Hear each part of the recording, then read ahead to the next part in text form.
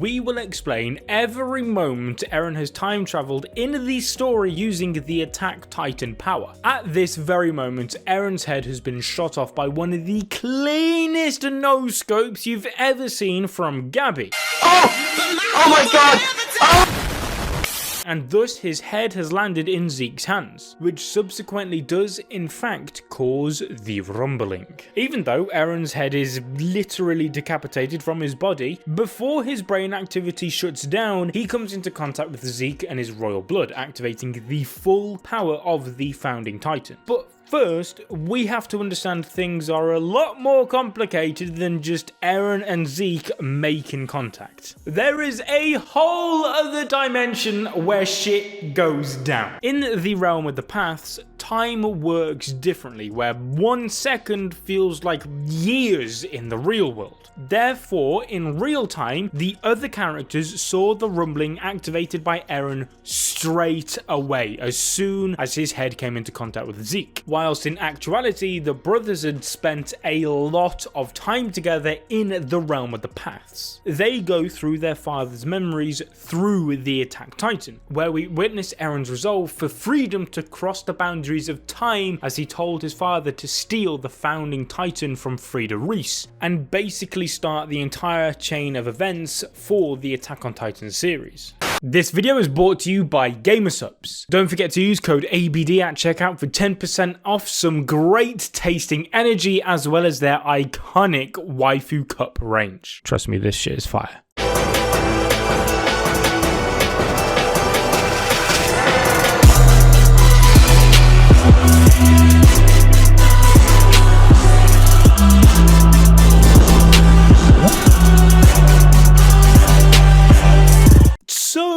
Let's rewind a little bit. Let's go to the moment where Zeke, with his years of catching balls, manages to catch Eren's head just before his consciousness fades away. With both of them now in the Path realm, Zeke explains how everything works due to the founder Yimir Fritz, who lives here in boundless time. Ymir controls everything from forming the Titans to being able to manipulate every one of her descendants. However, her true form is that of a slave without any will of her own. She continues to submit to King Fritz's progeny, who she believes is her master. Zeke is initially seen chained up in this realm due to the vow of his ancestor Karl Fritz, so he tells Eren to make the command to Ymir in euthanizing the Eldians. Eren then reveals to Zeke that he never intended to follow his euthanization plans. Instead, he begins to request Ymir to lend him the full power of the Founding Titan so that he can purge the world with the rumbling.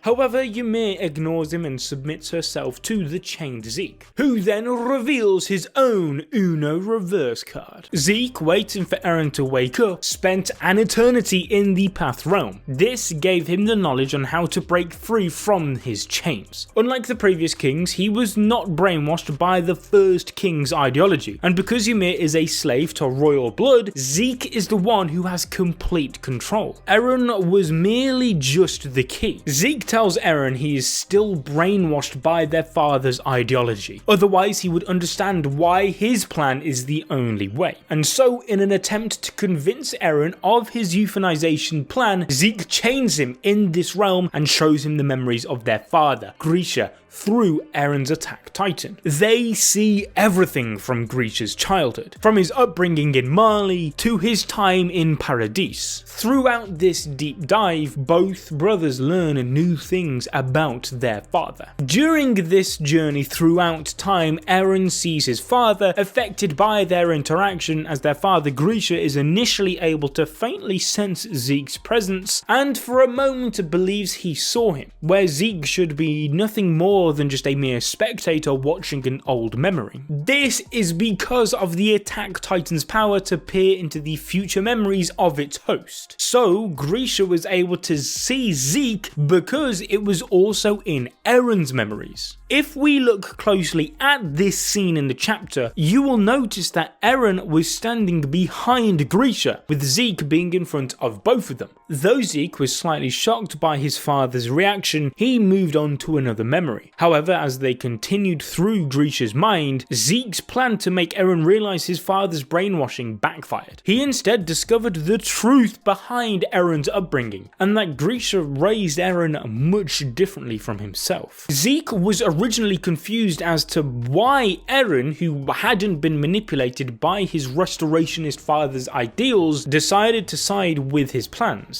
Which is when we finally get to Grisha confronting the Reese family alongside Frida, who was the founding titan at the time. We witness for the first time what really went down. Grisha begged for them to kill the titans invading his home to save his family during the attack on Shiganshina. He even explained to the royal family that he, having the power of the attack titan, is able to peer into the mind of its future host, effectively seeing what's to come. He states that from long ago the inheritor of the attack titan never obeyed others, to resist the self-righteousness of the king for this very moment. Grisha reveals that he foresaw this interaction they are having through Eren's memories of him looking into Grisha's mind, by stating that it's why we have all been led to this memory. Yes, I know it sounds like a time loop, but that's pretty much because it is. Grisha indicated that he was led to confront the Reese family because of future memories, which we know belong to Eren. This revelation of the attack titan's power shocks Zeke, who is still observing this past event. Grisha reveals to Frida that he has already seen a future where he eats her and ends the royal bloodline, and that future is already set out. What Grisha is referring to is literally seeing future Eren's memories of him witnessing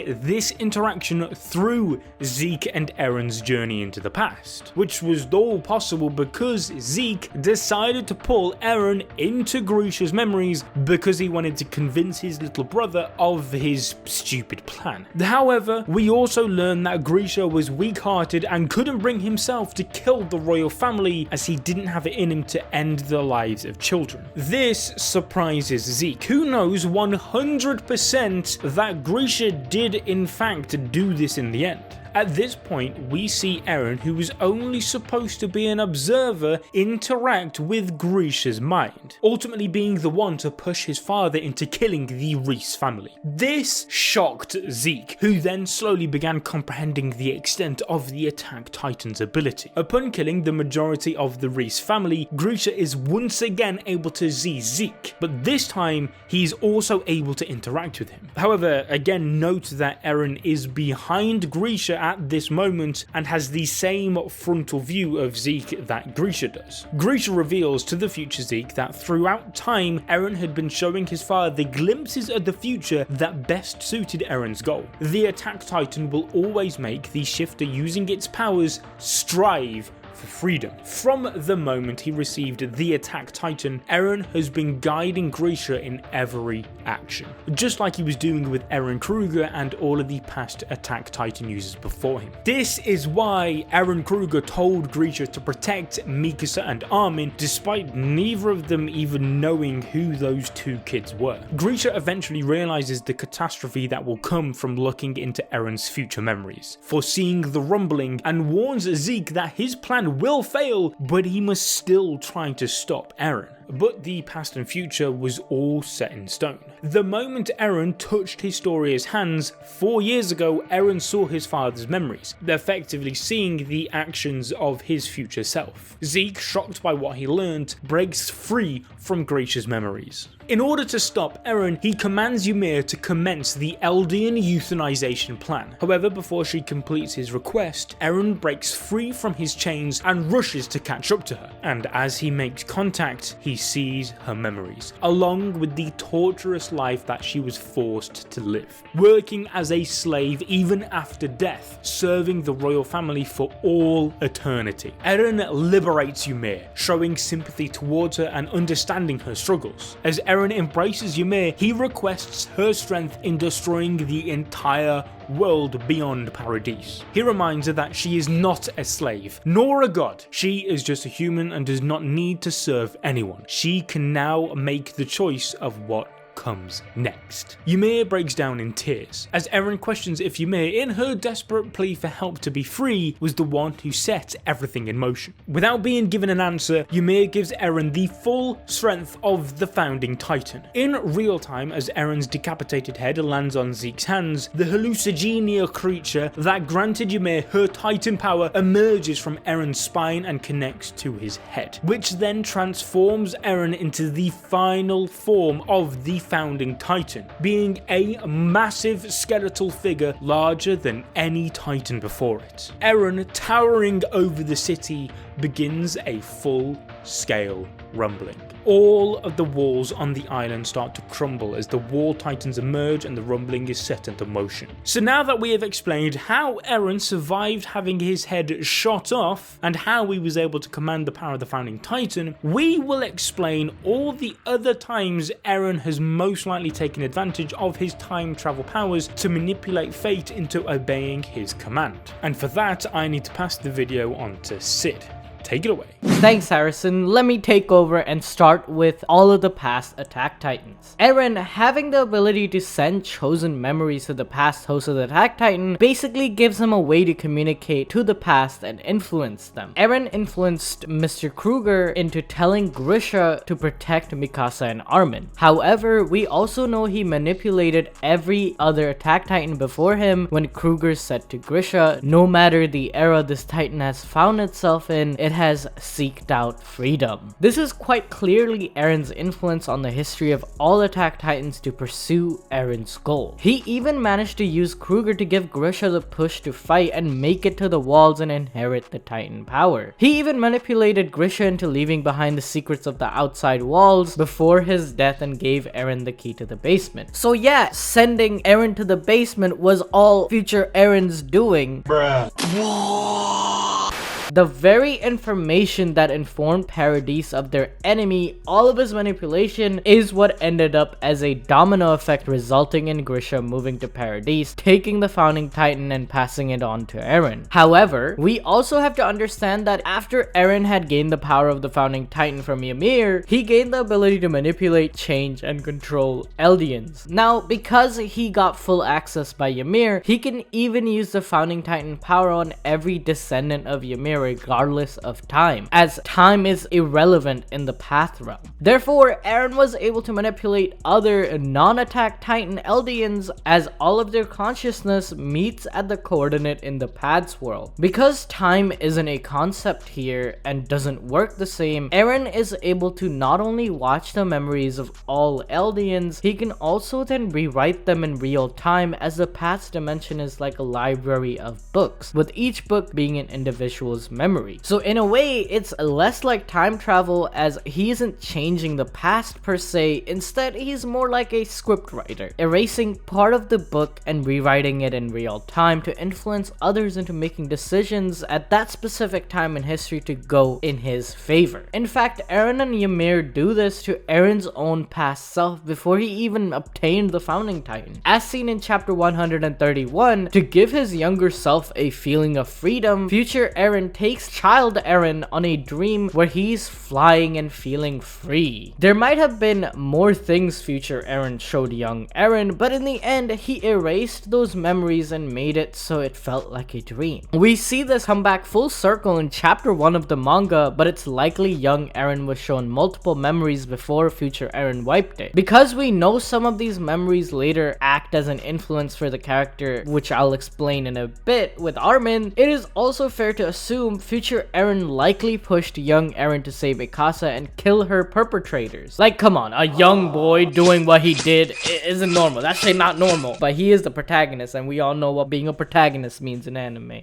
So basically, Eren throughout his life was sending his younger self instructions and memories on what he should pursue and the resolve to keep striving for for freedom. We see Eren talking to his younger self after he acquired the Attack Titan panel. He was called out by Hanji, who thought it was weird, and Levi, who thought he was going through a phase, but the reality was that he was communicating to his past self, advising him on what to do. We see a similar type of exchange with future Eren after the time skip as he stares in the mirror whilst in prison. Now we move on to the event in chapter 139. We see a young Eren speaking to a young Armin. At first, everything in this could be a manipulation of the mind and just a construct. However, knowing the powers of the Founding Titan, it's more likely the interaction between the two friends was real. Eren could have given his younger self all his memories, likewise with young Armin. We even see Eren taking Armin's mind to a world where he sees volcanoes and seas, much like what Armin read in the book. The reason why it's likely Eren affecting young Armin's from the past is because Armin throughout the AOT series pushes the idea of seeing all of these things as though he has seen it. Just look at this panel. All in all, Eren used his powers to inform Armin of how it led to Eren erasing 80% of humanity so that he could make Armin and Mikasa look like the true heroes of the world. He also showed Armin their dream. Armin was the one who told Eren about the stories he read in the book regarding volcanoes, the sea, and the outside world. He also went back and visited Armin the same time they reached the sea. During the moment where Armin picks up the shell in season 3, Eren is also there at that very moment. Show the anime clip, bruh.